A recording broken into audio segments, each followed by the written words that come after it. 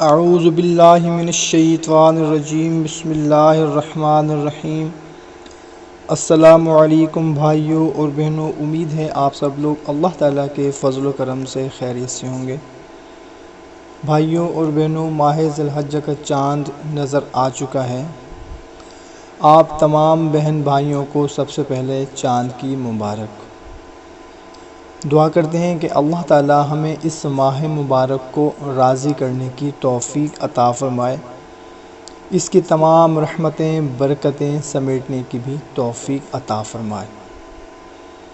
بھائیوں اور بہنوں، بہت ہی بابرکت مہینہ ہے، اور خاص کر اس ماہ کے پہلے 10 دن بہت ہی رحمت والے حرمت والے 10 دن ہیں۔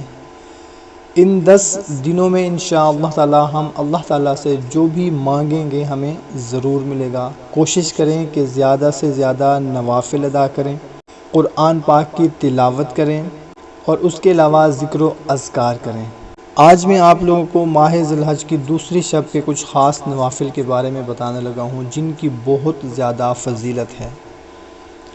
آپ کی اگر کوئی خواہش ہے، کوئی تمنا ہے، کوئی ایسا مقصد ہے جو کہ جائز ہے مگر پورا نہیں ہو پا رہا، شادی میں رکاوٹ ہے، رشتہ نہیں ہو پا رہا، یا کوئی ایسی حاجت ہے، کوئی ایسا مقصد ہے جو کہ کافی عرصے سے پورا نہیں ہو پا رہا، مقصد بھی جائز ہے، یا اگر آپ کی کوئی پریشانی ہے وہ بھی جائز ہے مگر وہ حل نہیں ہو پا رہی، پریشانی ختم نہیں ہو پا رہی، تو یہ نوافل ادا کر لیں انشاءاللہ تعالی۔ ان نوافل اور دعا کے پڑھنے کے بعد آپ دعا کے لیے ہاتھ اٹھائیں گے تو انشاءاللہ تعالی ضرور ہماری دعائیں قبول ہوں گی۔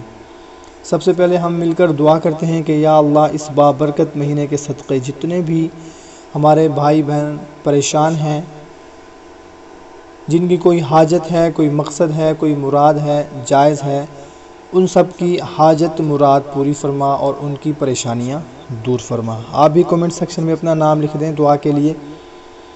سب مل کر دعا کریں گے، کیا پتہ کوئی آمین ہمارے لیے کہہ دے اور ہماری پریشانی دور ہو جائے۔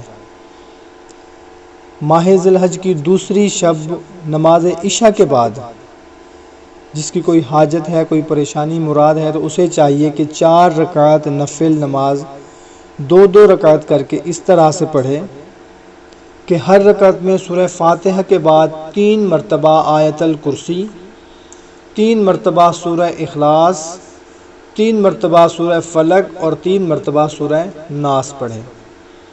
نماز کے بعد 11 مرتبہ یہ درود پاک پڑھے: اللہم صلی وسلم وبارک علی سیدنا محمد وآلہ وصحبہ اجمعین، 11 مرتبہ۔ اس کے بعد دعا کے لیے اپنے ہاتھ دراز کرے اور پہلے یہ پڑھے: بسم اللہ الرحمن الرحیم، سبحان ذی العزت والجبروت، سبحان ذی القدرت والملکوت، سبحان ذی الحی الذی لا یموت، لا الہ الا اللہ، هو یحیی و یمیت وهو حی لا یموت، سبحان اللہ رب العباد والبلاد والحمد للہ کثیرا طیبا مبارکا علی کل حال، اللہ اکبر کبیرا، ربنا جل جلالہ وقدرتہ بکل مکان۔ یہ دعا پڑھے۔ اس دعا کے پڑھنے کے بعد پھر 11 مرتبہ جو میں نے آپ کو درود پاک دکھایا ہے وہ پڑھے۔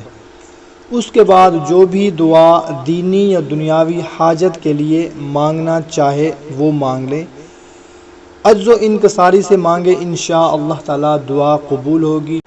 کوشش کیا کریں کہ اچھی بات کو شیئر ضرور کیا کریں، اور 5 وقت کی نماز کو بھی اپنا معمول بنائیں۔ حقوق العباد کی پابندی کا بھی خاص خیال رکھیں۔ اللہ حافظ۔